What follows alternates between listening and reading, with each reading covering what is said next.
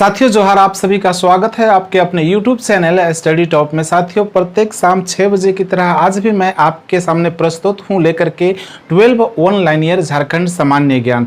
तो पहला प्रश्न जानते हैं आज के क्लास का। पहला प्रश्न है साथियों, झारखंड का क्षेत्रफल भारत के क्षेत्रफल का कितना प्रतिशत है? सवाल को गौर से समझने की कोशिश कीजिएगा।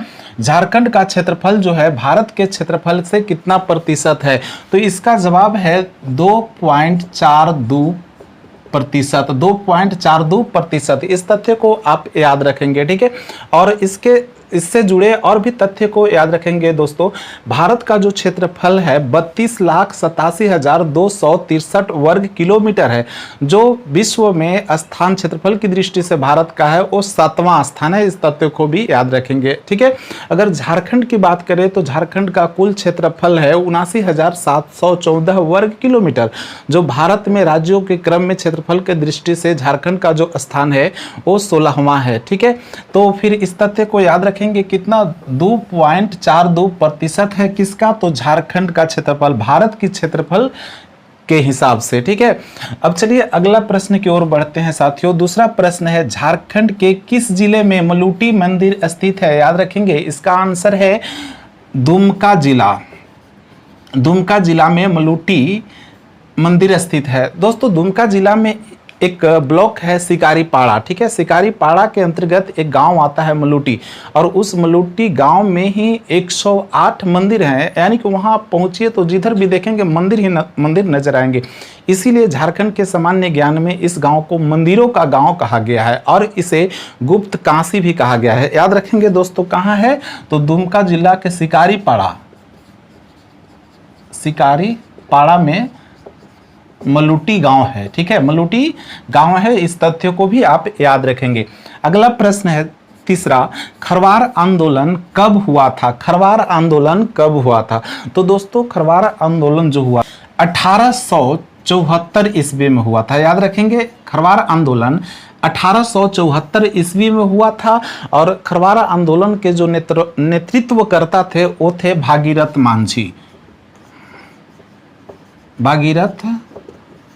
ये भी तथ्य आप याद रखेंगे। खरवार आंदोलन का नेतृत्व भागीरथ मांझी जो एक जनजाति थे उन्होंने किया था। भागीरथ मांझी का जन्म गोड्डे जिले के एक तलहटी गांव में, तलडीहा गांव में हुआ था। गांव का नाम तलडीहा था जो गोड्डा जिला में है, वहां पे हुआ था। आपको इस क्वेश्चन से दो तथ्य याद रखना है, ये कि खरवार आंदोलन 1874 ईस्वी में हुआ था और इसका नेतृत्वकर्ता भागीरथ मांझी थे, ठीक है।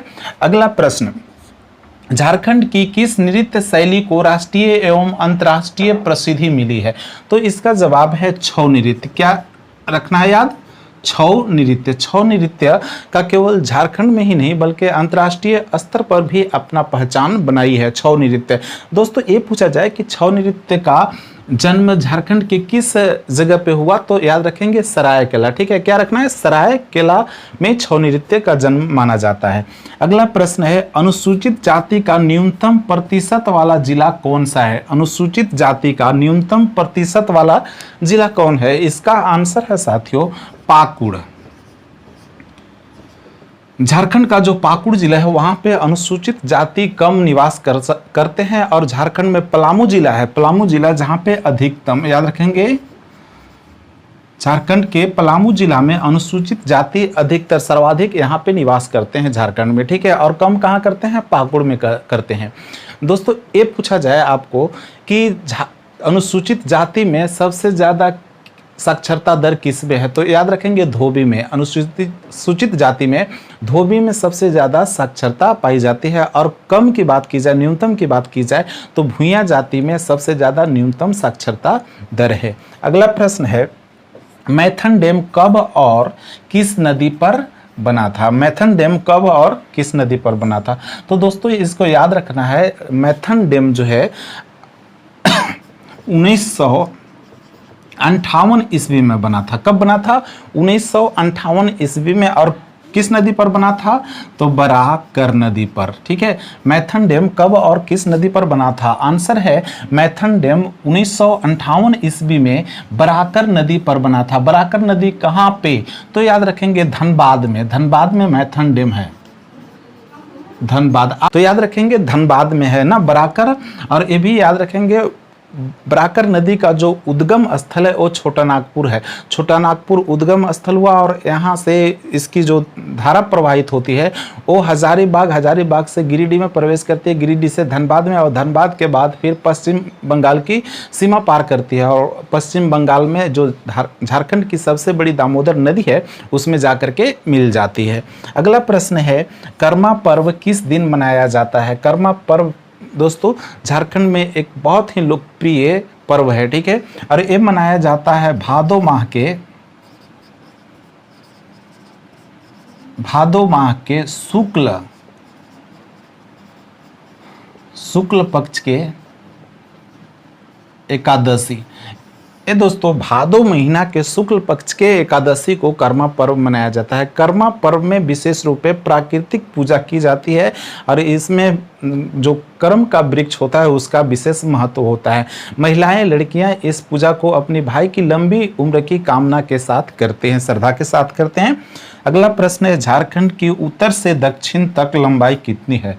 दोस्तों झारखंड के क्षेत्रफल मैंने पहले भी बता चुका है पहले प्रश्न में, ठीक है, कि झारखंड का जो क्षेत्रफल है वो 79,714 वर्ग किलोमीटर है। सवाल है कि उत्तर से दक्षिण की लंबाई इसकी कितनी है? तो याद रखें कि उत्तर से दक्षिण की 380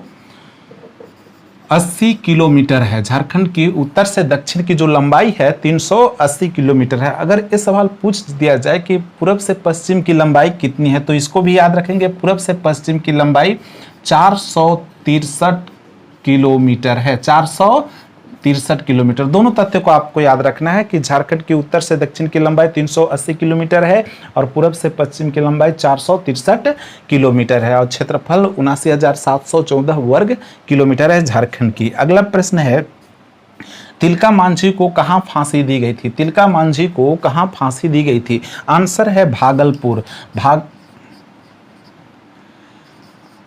भागलपुर साथियों, ये बिहार में भागलपुर है, ठीक है, और इनको फांसी 13 जनवरी 1785 ईस्वी में दिया गया था।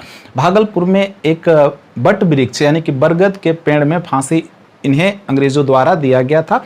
कब? तथ्य याद रखेंगे, ये भी 13 जनवरी 1785 ईस्वी में, 13 जनवरी 1785 ईस्वी में तिलका मांझी को फांसी दी गई थी। अगला प्रश्न है 10वां नंबर, झारखंड के किस जिले में छऊ नृत्य का जन्म हुआ? झारखंड के किस जिले में छऊ नृत्य का जन्म हुआ? तो दोस्तों पहले मैंने एक क्वेश्चन नंबर 4 में बताया कि झारखंड की किस नृत्य शैली को राष्ट्रीय एवं अंतर्राष्ट्रीय प्रसिद्धि मिली है, तो छऊ नृत्य। देखिए यहाँ सेम है, तो छऊ नृत्य का जन्म पहले यहाँ भी मैंने बता दिया है, चलिए यहाँ पे याद रखिएगा, सरायकेला में छऊ नृत्य का जन्म हुआ था, ठीक है।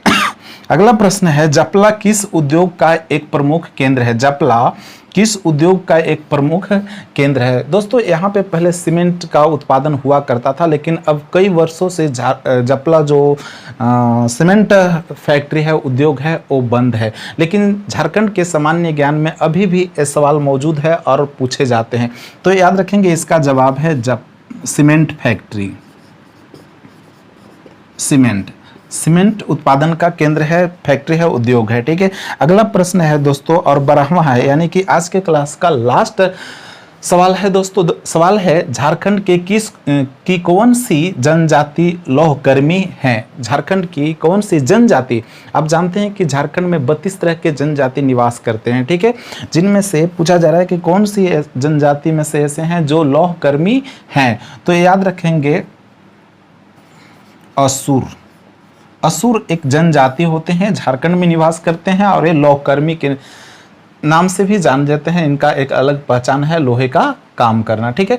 तो साथियों ये सब जो थोड़ी छोटे मैं वीडियो आपके लिए बना रहा हूँ, इसके पीछे मेरा मकसद है कि आप कोई भी झारखंड का सामान्य ज्ञान पढ़ रहे हो, अध्ययन कर रहे हो, झारखंड के सामान्य ज्ञान की तैयारी के लिए, तो आपको केवल इस छोटे वीडियोस लगभग 10 मिनट 12 मिनट के वीडियोस से मैं आपको जो अध्ययन है आपका उससे रिवीजन कराने का उद्देश्य है मेरा।